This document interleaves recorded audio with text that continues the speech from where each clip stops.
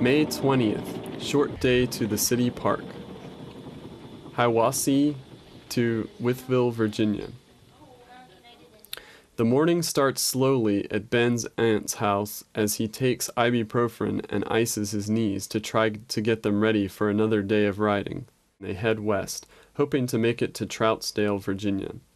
However, after a long lunch, Ben and Jonathan revise their goal and begin to talk about camping in Wytheville. Jonathan later wrote, "I remember after we left your aunt's house, we came down a really narrow road, down a hill and across a reservoir. We stopped on the other side of the bridge at this bait shop. Crossed over some lake, and I can't remember the name of the lake. We stopped there and had lunch, and then there's some weird thing where like my bike fell over and the groceries we had bought like fell out. Yeah, you know, it's funny you were talking about that because I guess that happened a lot, you know, because we'd walk out and people would be like, "Oh, your bike fell over out there or something," you know, and like stuff would be all over the ground. Yeah.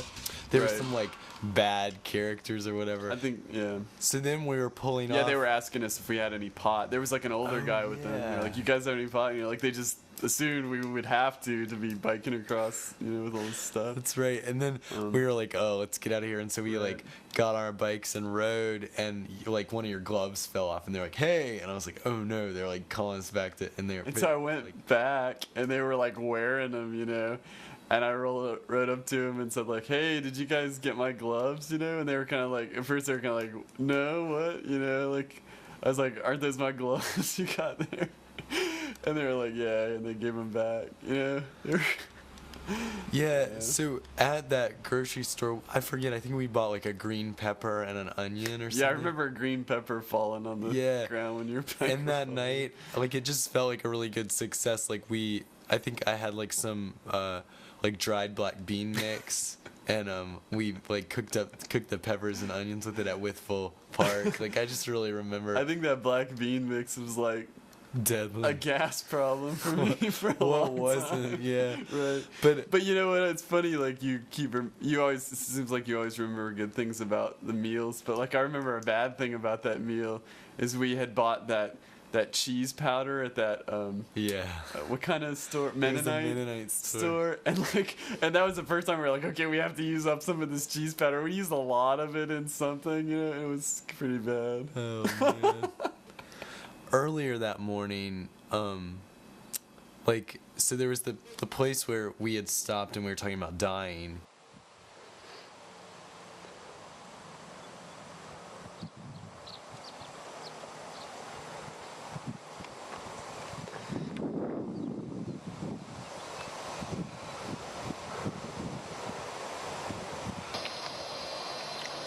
So Ben usually is pretty encouraging about stuff, but now whenever I say something, he says stuff like, "Well, if we make it, or if we finish." What's going on, Ben? Well, my knees hurt. It's not the poison ivy. Oh right, I also had poison ivy from camping behind the bike shop in Lynchburg. That looks disgusting. Is it dripping?